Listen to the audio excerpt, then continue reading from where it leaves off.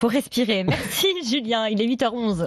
Et on parle de l'hôpital. Faut-il inciter les hôpitaux à renvoyer les patients non urgents vers les médecins de ville? Ça fait débat ce matin sur RMC. On attend vos appels, vos témoignages au 32-16. Et avec nous, Olivier Véran, rapporteur général du projet de budget de la Sécurité sociale. Bonjour. Bonjour. Vous êtes l'auteur de cet amendement sur les urgences. Expliquez-nous clairement votre proposition. Je fais d'abord le constat qu'il y a 23 millions de patients qui vont aux urgences chaque année, qu'on estime que 30 à 40% des patients qui vont aux urgences n'en relèvent pas, c'est-à-dire qu'ils vont repartir des urgences sans même avoir eu un examen de biologie ou d'imagerie. Quiconque a fait l'expérience de se rendre dans un service d'urgence un jour comme patient, c'est qu'hélas, malgré la bonne volonté et la grande compétence du personnel, on peut y passer quelques heures sur un brancard avant de pouvoir en sortir avec une ordonnance. Et donc, il faut être capable d'innover. Et je propose de faire quelque chose d'un peu iconoclaste. Je propose d'encourager l'hôpital à réorienter, lorsque cela existe, les patients non urgents qui ne relèvent pas du plateau technique des urgences vers la médecine de ville ou la médecine hospitalière, à l'instar de plusieurs de nos voisins, notamment en Europe, et ça a plutôt bien fonctionné. Alors, inciter comment, réorienter comment? Olivier Véran en parle avec vous. Vous réagissez au 32-16 pour débattre de cette proposition. À tout de suite. RMC.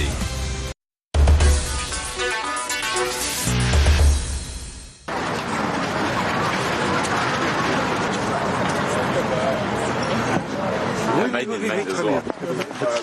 pas les Strasbourgeois qui font ça.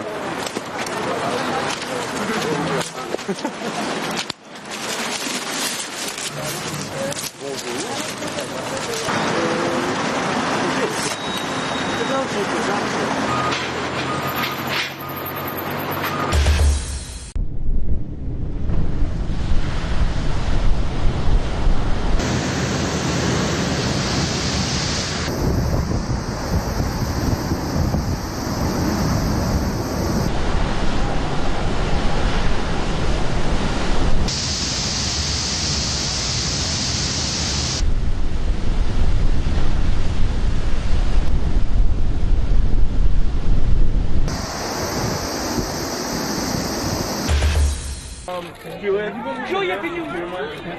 Julia, over here, ladies. Here, please. Miss Aniston. And Jennifer, that smile. Big smile to them. And Rebel, look right here one more time. Gorgeous. See, they don't like to like to yell and tell us what to do. No, we don't. Rachel, right here. Rachel, what's And Miss Jeffrey, just straight ahead. Aha!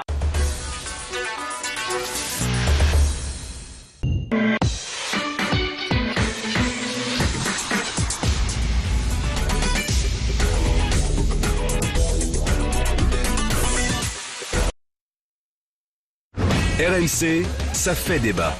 Ça fait débat ce matin, on vous demande, faut-il inciter les hôpitaux à renvoyer les patients non urgents vers les médecins de ville? Vous réagissez au 32-16. Et cette proposition, c'est la vôtre, Olivier Véran, député La République En Marche, rapporteur du projet de budget de la Sécurité sociale. Il y a une donnée financière dans votre proposition, on va en parler. Aujourd'hui, les hôpitaux touchent en moyenne 160 € quand ils admettent un patient.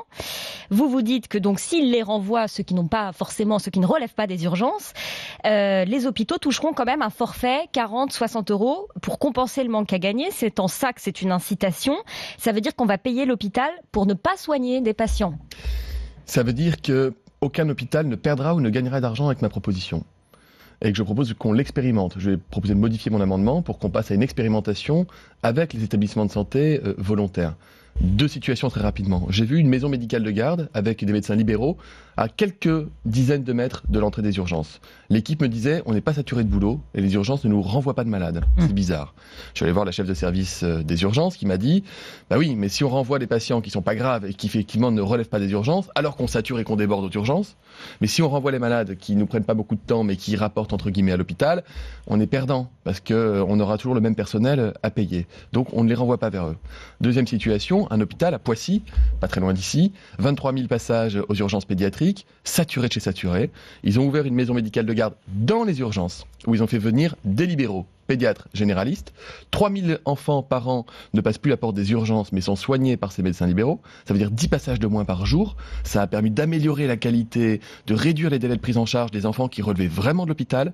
Et les autres enfants, au bout d'une demi-heure, 3/4 d'heure, ils étaient partis avec leurs parents et une ordonnance. Et sauf que l'assurance maladie a dit, si on paye les libéraux, on ne paye plus l'hôpital. L'hôpital perdant ainsi 300 000 ou 400 000 euros, a dit, on va devoir fermer la structure. Vous voyez, on part d'un système qui n'est pas bon, qui est le financement à l'activité des urgences, et donc dont on essaye de se détacher, justement. D'expérimenter une façon de réorganiser les choses. Il y a plusieurs questions majeures que ça pose. La première, qui réoriente les patients? Qui décide qu'un tel ou un tel ne relève pas des urgences? C'est très simple, c'est le médecin qui est affecté aux urgences, ou dans certaines situations. Mais donc en quoi ça désengorge les urgences? En quoi ça donne du temps au médecin? Il faut quand même le temps je fais des gardes aux urgences. J'ai fait des gardes aux urgences la nuit, il y a un paquet. Et j'ai aussi été patient aux urgences. Quand vous arrivez aux urgences, on commence par vous faire un dossier administratif. Quel est votre médecin, votre mutuelle, votre adresse, votre téléphone, les personnes à contacter, etc., etc.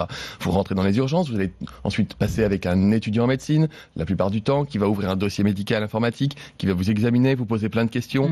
Ensuite, vous allez voir l'interne, éventuellement le médecin senior. Ensuite, vous allez attendre pour les papiers, les ordonnances de sortie. Tout ça prend un temps de dingue à l'ensemble de l'équipe des urgences. Donc, quand vous avez un médecin qui vient vous voir, qui dit c'est pour un renouvellement d'ordonnance, vous avez eu une entorse il y a 2 jours et vous venez aux urgences ce soir parce que vous vous demandez si vous pouvez reprendre le travail demain, ou vous avez une otite comme vous avez une otite tous les ans, ou on est en épidémie de grippe, vous avez 38,5 de fièvre et vous vous posez la question de savoir si ça relève des urgences, la réponse elle est non et c'est rapidement donné. Dans ces situations-là, eh bien, on propose la réorientation et là, ça peut être une équipe administrative qui s'en occupe de prendre un rendez-vous et le patient qui sort avec un rendez-vous fixé et n'aura aucun reste à charge sur les consultations à venir. Ça Autre grande question, rien. Olivier Véran. Et il pourra refuser le patient. Vers où on réoriente? Geoffroy est avec nous. Bonjour Geoffroy. Oui, bonjour. Vous êtes dans le Vaucluse, vous habitez près d'Avignon et vous nous dites c'est bien beau, mais encore faut-il avoir un médecin près de chez soi pour être orienté chez le médecin? Bah oui, c'est ça, exactement. Et il y a plein d'endroits où il n'y a plus de médecins. Moi, je veux pas dire, mais bon, en Provence, à côté d'Avignon, on peut penser que ça attire même les médecins. Mais non, la preuve que non. Il y a dans tous les petits villages, il n'y a plus de médecins. Nous, je vois, il y en avait un jusqu'à il y a 2 ou 3 ans, et puis depuis, il n'y en a plus. Il n'a pas retrouvé quelqu'un pour prendre la suite, et puis il n'y en a toujours pas. Et des fois, voilà, on va aux urgences, Olivier Véran, comme Geoffroy, dans ce genre de situation, on peut aller aux urgences tout simplement parce qu'en fait, on n'a pas d'autre adresse. Oui, il y a 20% des patients qui vont aux urgences et qui expliquent qu'ils y sont allés parce qu'ils n'ont pas trouvé de médecin. 20%, ça fait 80% de patients qui ne vont pas pour ça. Et il a parfaitement raison, l'auditeur. Il y a des endroits dans lesquels cette solution ne peut pas être mise en place. Parce qu'il n'y a pas de ressources de médecine ni en ville ni à l'hôpital.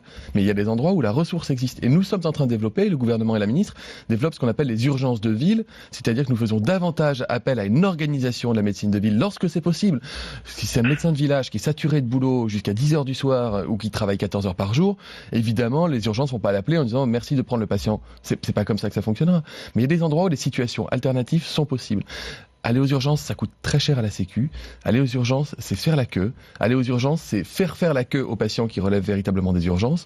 Et aller aux urgences, c'est fait exploser complètement les services d'urgence. On est l'un des seuls pays occidentaux à avoir une augmentation de 3% de la fréquentation des urgences chaque année. Ça veut bien dire qu'il y a un souci. Votre proposition. Je peux rajouter un petit truc. Rapidement, Geoffroy, oui. Rapidement.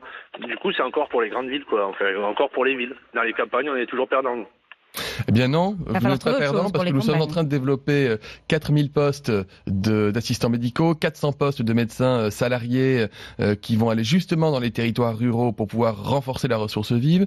Ouais, ça fait les mesures prévues dans le plan santé, mais ça va mettre du temps. Non, ça se met en place rapidement, sérieusement. Bon. Nous sommes en train de mettre en place les maisons médicales de garde, les maisons pluridisciplinaires, la télémédecine, les téléconsultations. Vous inquiétez pas, enfin, le problème il est connu, hélas, ça fait 20 ans que les mesures auraient dû être mises en place, comme la suppression du numerus clausus. Vraiment, on bosse d'arrache-pied dessus. Mais voilà, la situation des urgences des grandes villes, vous avez raison de le souligner, n'est pas la même que celle des urgences des petits hôpitaux. Dernier mot, Agnès Buzyn, a priori, elle est plutôt favorable à votre amendement, donc ça devrait passer.